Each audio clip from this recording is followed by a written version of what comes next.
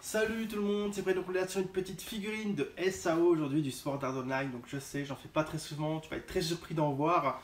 Il faut savoir qu'une fois de temps en temps on en aura, mais pas beaucoup parce que je ne collectionne pas de SAO à la base. Voilà, j'ai 2-3 et à part ça c'est tout. Donc moi SAO c'est du 1/6 que je prends, pour le moment en tout cas. Peut-être qu'un jour je craquerai sur une autre en 1/7. D'ailleurs la Aniplex d'Alice c'est du 1/7. Maintenant comme l'écart de taille n'est pas très grosse, je vais la prendre malgré que c'est pas du 1/6. Shinon, je l'en ai 1/6. Asuna en 1/6. Et aujourd'hui, tu vas voir du Orcatoys 1/6 d'Asuna. Bref, la pièce, et bien voilà ce que ça donne du 1/6. Monstrueuse, vraiment monstrueuse. Tu vois qu'elle prend la place. Beaucoup de volume de partout. Donc tu vois à côté de moi, ça prend de la place. En vitrine, c'est compliqué. Ça prend de la place. Tu pourras pas mettre beaucoup de pièces. Et c'est pour ça que je collectionne pas beaucoup d'Asuna, de SAO, pardon, ni de Asuna. Donc ici, pièce vraiment magnifique, à savoir que Orcatoys, bien sûr, c'est du haut de gamme. On est sur quelque chose de vraiment monstrueux, mais il faut savoir que malgré que des marques soient haut de gamme, tu peux avoir des produits défectueux.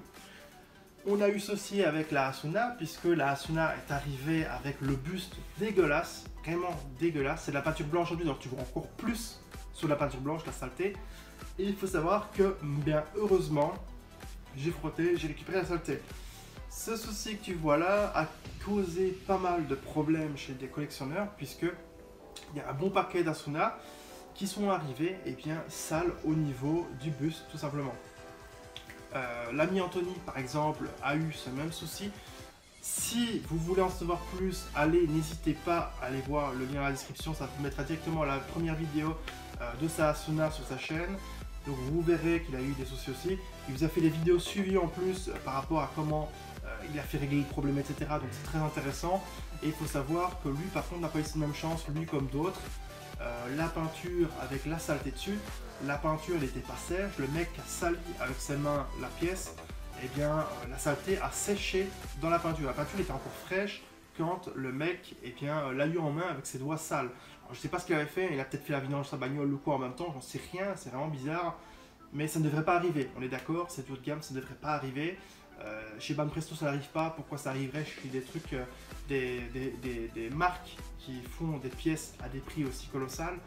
C'est pas normal. Maintenant, voilà, c'est pas les seuls chez qui c'est arrivé, il y a déjà eu des soucis chez des marques. Bref, moi j'ai eu de la chance, pourquoi? Parce que la saleté est partie juste en frottant avec mon doigt. La peinture était sèche avant d'être salie, donc j'ai eu vraiment de la chatte. Il faut savoir que Anthony par exemple a acheté en boutique sa Asuna. Donc il a pu négocier pour récupérer un bus, etc. Bref, il vous expliquera. Il faut savoir que dans mon cas, je ne peux pas faire ça. Pourquoi? Parce que si vous me connaissez bien, vous savez, beaucoup en enchère, je prends du Japon, sur Yahoo Auction. Et donc, je ne peux pas la renvoyer. Si j'avais eu un souci qu'elle était foutue, voilà, j'aurais rien su faire, j'aurais dû faire avec. Et ça, c'est problématique. Donc j'ai été très inquiété, puisque moi, je l'ai reçu quelques mois après Anthony. Et il faut savoir que comme je savais qu'il avait eu des soucis et que ça m'avait tracassé, je me dis j'espère que la mienne n'aura pas ça, parce que je l'ai acheté neuve, donc je ne pouvais pas savoir comment était la pièce. Et bien quand je l'ai reçu, que j'ai vu de la saleté sur le buste, j'ai fait oh c'est pas vrai. Ah, j'ai commencé à angoisser, et après en frottant j'ai vu que ça partait, j'ai été soulagé, mais je vous assure que je me suis chié dessus. Si je peux pas la renvoyer, je peux juste la faire repeindre, et j'ai pas envie de faire repeindre une pièce que j'ai payée aussi cher. Normal. Donc voilà, c'était une petite parenthèse pour dire que vraiment il fallait faire attention parce que on n'est jamais à l'abri de rien. Tu peux payer un très gros prix. Je te montrerai un autre exemple plus tard avec une autre pièce. Mais même si tu mets le prix, ça ne veut pas dire que tu auras d'office aucune chance de rien avoir. Malheureusement, les produits peuvent toujours avoir quelque chose, peuvent toujours casser en chemin. Tu auras des problèmes à l'usine, etc., etc. Et que ce soit résine ou PVC, c'est le même problème pour tout le monde. Il ne faut jamais se reposer sur sa lauriers. Je sais pas si ça a trop à voir avec la situation, mais tu m'auras compris. On va se mater tout de suite la Asuna.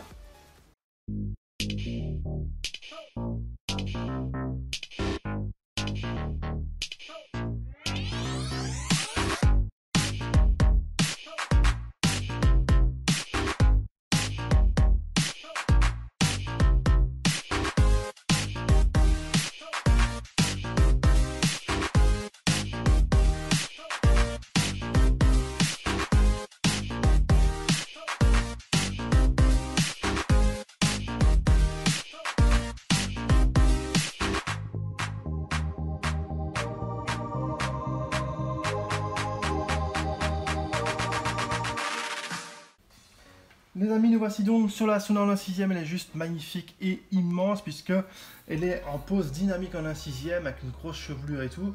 Donc on est sur un bon 27 cm et une quarantaine en profondeur puisque avec l'épée, les cheveux, etc. ça prend beaucoup de taille. Je vous mets une figurine en 1/8 vite fait pour que vous voyez. Donc la Chimay qui fait 20-22 cm en étant debout. Et ben voilà à côté, voilà, elle est toute petite, hein, tu vois que c'est assez petit. En fait, c'est pas petit, c'est juste que la Asuna est très grosse. Et donc, comme ça, tu auras eu un exemple à côté de 1/8. Je prends souvent ça comme échelle de base parce que on se rend mieux compte des proportions, je pense. Donc ici, la Asuna, la voici vraiment, vraiment superbe. Donc, elle a une super grande chevelure et bien volumineuse. Ça donne vraiment une bonne proportion à la chevelure. J'aime beaucoup. Donc, la Asuna, voici sa tête. Voilà, Orca Toys. Je suis très fan de la marque Orca Toys parce que malgré qu'ils te sortent beaucoup de variantes d'une même figurine, eh bien ils te sortent aussi des trucs assez dingues comme la Asuna. Alors ici du coup, voilà, donc Asuna, j'ai pas qu'elle à vous montrer, hein. Je dois vous montrer encore la Tuk Knight d'Erza et la Echidna aussi, que j'ai juste derrière, qu'il faudrait que je vous fasse une review. Je me suis dit aujourd'hui on va se faire du Sword Art Online et tu vois qu'au niveau des yeux, bah, elle a une bonne expression de visage, elle a un regard bien expressif, une belle chevelure, j'adore la chevelure, et la chevelure tu vois que tu as différents dégradés, voilà, tu as différents jeux de couleurs, différents ombrages, hop, c'est plutôt sympa, on est sur quelque chose de vraiment méchant, vraiment méchant. Et alors, bah, la chevelure, est-ce que je peux te la montrer direct comme ça? Tu vois que la chevelure, elle vole, mais elle garde un certain dynamisme et des certaines courbes assez, comment est-ce que je veux dire, homogènes. Elles suivent les mêmes courbes, des courbes dans le même sens du vent, on va dire, et qui rendent ça très joli. C'est pas très brouillon au niveau du sculpte, justement, ça donne un beau dynamisme très joli. Regarde, tu vois, hop, on dirait une vague, et tout qui part comme ça dans un sens, c'est plutôt super sympa. Donc les mèches à l'avant d'Asuna qui volent différemment, donc ça c'est plutôt sympa. Donc la Asuna, ben, je te la remonte, elle est juste géniale. Alors c'est très difficile de tout cadrer étant donné que je la porte et que ben, elle est grosse, elle a une grosse pose dynamique, mais elle est vraiment cool. Donc ici au niveau de l'armure, donc tu peux voir qu'il y a différentes couleurs, c'est-à-dire que ça c'est pas le même blanc, c'est un blanc métallisé tout simplement qu'elle a au niveau du plastron. Et en dessous la tenue qu'elle a ici, eh bien tu sens que c'est pas du métal, que c'est un genre de tissu. Et ce qui est bien, c'est que c'est pas le même blanc utilisé. Comment tu le vois? Parce que la ceinture c'est encore un autre blanc. La ceinture, le blanc c'est le même que le plastron. Et au niveau du tissu, on va dire ça comme ça, eh bien le truc vestimentaire que tu vois au niveau du ventre, c'est un blanc différent, tout simplement. C'est la même chose ici, hein, tu as le même blanc au niveau d'où je passe mon doigt. Je vais commencer à éviter les noms parce que je commence à m'y perdre. Et donc c'est assez cool parce que tu vois les différences de blanc, tout simplement. Donc cette partie-là que tu vois là, toute cette partie-là, eh bien c'est la partie qui en général est défectueuse quand je te parlais de défaut. Donc tu pouvais retrouver évidemment, moi j'ai dû frotter parce que j'avais de la saleté sur la peinture. Et donc bah, comme l'a mis Anthony et d'autres, eh bien tu aurais pu avoir la peinture qui n'était pas sèche quand le mec a sali la pièce. Et du coup bah, la saleté qui serait restée tout simplement imprégnée dans la peinture. Et là c'est la mort. C'est la mort tout simplement. Donc la peinture, comme tu peux le voir, ben, tu as des bords rouges super sympas, très propres, très fins. Et on a sur quelque chose de vraiment cool. Moi ce que j'adore c'est le blanc ici que tu as au niveau du plastron. Je trouve ça juste génial. Tu as un blanc qui reluit avec un beau vernis, c'est super sympa. On a le fourreau d'Asuna qui est ici sur le côté. La ceinture qui se trouve ici. Voilà, tu vois qu'il flotte un peu, mais non, faut pas forcer dessus, bien sûr. Et donc, on a même la jupe aussi, qui est un rouge très différent du rouge que tu as au niveau du... Tu vois, ici, tu as une couleur plus vernie au niveau des bords. Eh bien, tu vois que la peinture ici est différente au niveau de la jupe. On voit juste ici qu'on a un très léger débordement de rouge à ce niveau-là. C'est-à-dire que bon, à la limite, on pourrait croire que c'est le tissu, mais en fait, c'est la peinture a très légèrement débordé ici. Après, je vous montre, c'est au poil de cul, hein, c'est ce que j'ai zoomé dessus. On est vraiment sur quelque chose de très minime, mais globalement, elle est vraiment sublime. On peut voir aussi qu'au niveau des bas, on a un rendu encore différent au niveau de la peinture, qui est très sympa. On voit aussi les courbes de la jambe super sympa, puisque là tu mets en valeur les jambes d'Asuna. Les bottes c'est pareil, hein, le blanc. Alors le blanc, je ne saurais pas dire c'est le blanc, ça a l'air d'être un blanc. Là donc tu as le blanc en fait du plastron, donc le blanc métallisé. Au niveau de la chaussure, c'est un autre blanc encore, qui n'est pas pareil que celui des bas, qui doit être pareil que la cape peut-être. Enfin bref, en pleine lumière, on voit qu'il y a différents blancs, mais c'est un petit peu compliqué de dire d'où vient quoi. Donc ça va être un petit peu compliqué. On est sur quelque chose de vraiment cool. On peut voir aussi que sur le bas, tu as, voilà, hop, ici, tu as la petite croix. Super sympa, en relief, hein, elle est vraiment en relief, avec aucun débordement de peinture. Et on a la roche qui est vraiment très cool. Donc petit bloc de béton qui met en dynamisme la figurine d'Erza. Excusez-moi, d'Asuna. Je dis Erza parce que j'ai une Erza aussi en Tuck Knight qui est vraiment sous ce style. Et du coup, il faudra que je la fasse aussi. Et du coup, on peut voir aussi qu'au niveau des bras, on a une genre de petite sangle, je ne sais quoi, qui passe d'un bras à l'autre d'Asuna qui est là. La petite sangle ici qui ne touche pas. Il y a un écart en fait entre la petite sangle que vous voyez et le bras. Donc j'essaie de la rapprocher comme je peux, mais pas évident. Et donc cette petite sangle est plus dans un style sombre bordeaux. Voilà, tout simplement.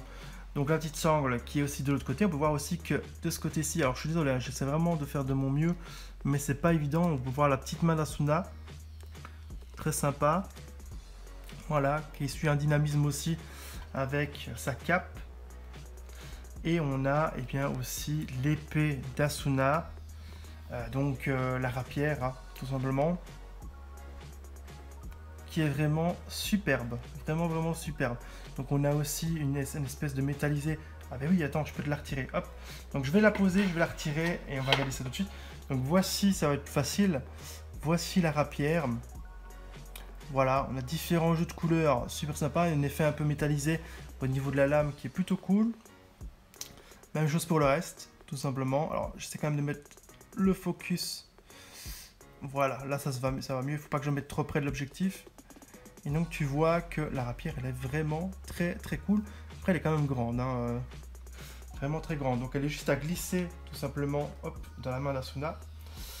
Voilà. Et donc on a une pièce qui est vraiment géniale. Bon, pour l'arrière, ça donne quoi? Eh bien, ça donne que tu as beaucoup la chevelure qui est là, la modélisation des cheveux et tout ça, sont vraiment géniaux.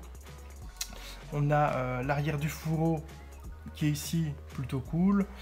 Si tu veux voir les plis de la cape, voilà, tu as la cape qui est ici. Il faut savoir que ça a monté en plusieurs pièces, hein. Tu as le bas du corps, tu as le dessus du corps, tu as ça que tu enfiles entre les deux.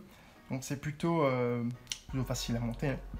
Le plus compliqué reste à enfoncer les pieds dans le socle parce que c'est pas évident, parce que généralement c'est fait pour être serré et que ça ne bouge plus, hein, puisque la pièce est quand même en lévitation, c'est pas vraiment lévitation, mais quand même tenue par le socle en équilibre, donc il faut vraiment que ça serre, donc c'est pas toujours évident à installer. Je sais bien que la Erza Tuck Knight c'était aussi pareil, hein.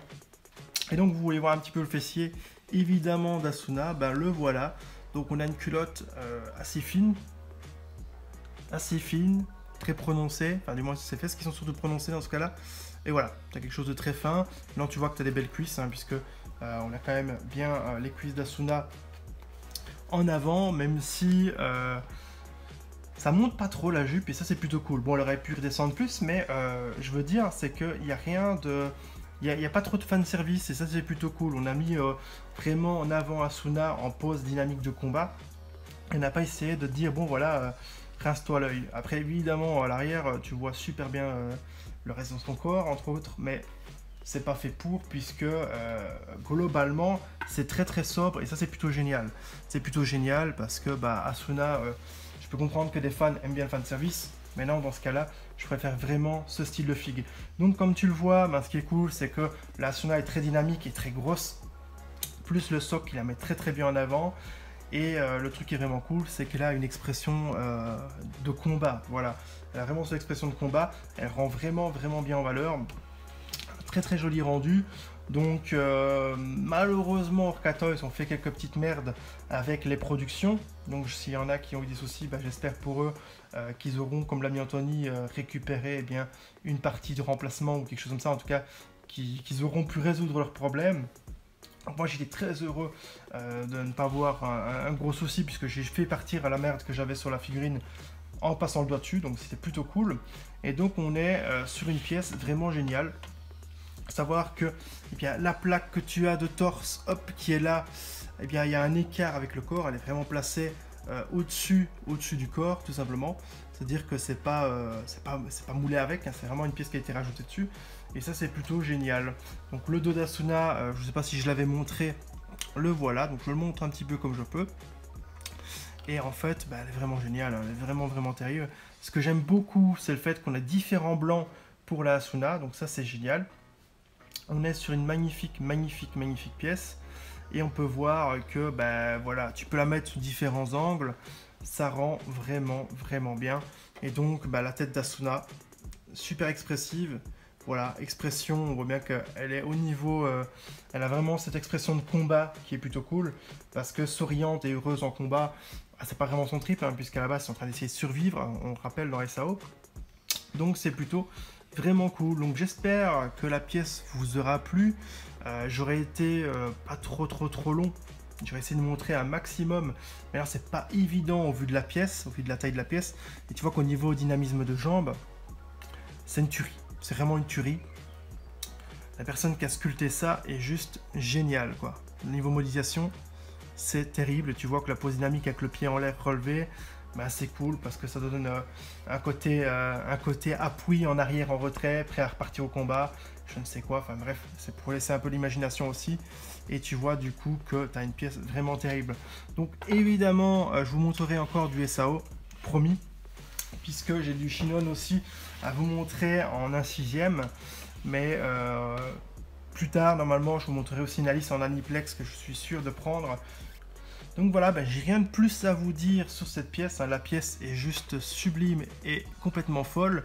Donc voilà, elle parle d'elle-même, hein. Si tu aimes bien Sword Art Online, tu devrais aimer cette Asuna puisque c'est un colosse et elle est vraiment monstrueuse à tous les niveaux. Si vous la voulez, bien sûr, je vous conseille de faire attention. Évidemment, retenez qu'il y en a beaucoup de pièces qui ont eu des défauts. Donc faites vraiment attention pour évidemment la fameuse saleté au niveau du torse, parce que c'est ça qui est vraiment important. Rien de plus à rajouter, on est sur une Asuna qui est vraiment monstrueuse, magnifique, sublime. Alors moi, il faut savoir que dans SAO, c'est certainement le personnage que je préfère à la base, c'est Asuna. C'est un personnage que je ne pensais pas aimer, et finalement, je préférais la Shinon. Je ne suis pas un grand fan de Shinon, malgré ce que j'aurais pu croire quand je l'ai vu la première fois. Et donc, j'aime bien le caractère d'Asuna, tout simplement. On est sur un personnage qui est vraiment bien mis en valeur, très dynamique, magnifique, sublime. Mais effectivement, ça prend beaucoup de place. Donc voilà. Ici, je vous montrerai donc très bientôt, normalement, la Shinon en 1/6. Et d'ici là, je vous dis, portez-vous bien. Et c'était Prayat, à très bientôt. Salut, ciao, ciao.